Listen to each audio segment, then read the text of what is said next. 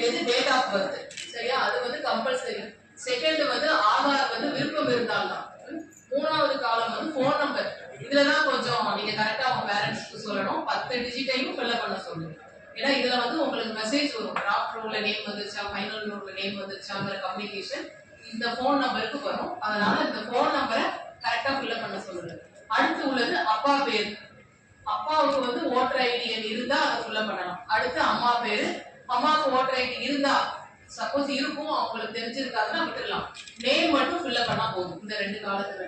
Last வந்து இப்போ suppose அவங்க மேரேஜ் ஆயிருந்தாங்க அப்படின்னா ஹஸ்பண்ட்னா ஒய்ஃப் பேரு, ஒய்ஃப்னா ஹஸ்பண்ட் பேரு, அதை ஃபில் பண்ணணும். ஸோ இது வந்து சிம்பிள். இந்த பில்லிங் ஃபார்மேட் வந்து date of birth, phone number, father, mother, husband or wife name. இது மட்டும்தான் இந்த ஃபார்மேட்ல வருது. நெக்ஸ்ட் தான் வந்து 2 காலமா பிரிச்சிருப்பாங்க. என்ன கான்செப்ட்னா இது ஃபில் பண்ணா இது ஃபில் பண்ணக்கூடாது. சரியா? இது ஃபில் பண்ணா இது ஃபில் பண்ண வேண்டாம். எய்தர் இது அல்லது அதுதான் நம்ம ஃபில் பண்ற மாதிரி இருக்கும். இப்போ இங்க ஒருத்தர் இப்ப என்னோட ஏஜே எடுத்துக்கோங்க 43. நான் வந்து 2002ல வந்து ஓட்டு போட்டிருந்தேன். ஸோ நான் 2002ல ஆல்ரெடி ஓட்டு போட்டிருந்தோம்னா இந்த லெஃப்ட் அதுல போட்டிருப்பாங்க முந்தைய சிறப்பு தீவிர திருத்தத்தில் உள்ள வாக்காளர் பட்டியலில் உள்ள வாக்காளர் விவரங்கள்.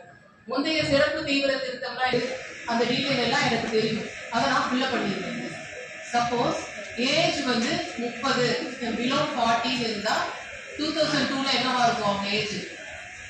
18 கிராஸா இருக்காது இல்லையா? அப்ப என்ன இருக்கும்? அவங்க 2002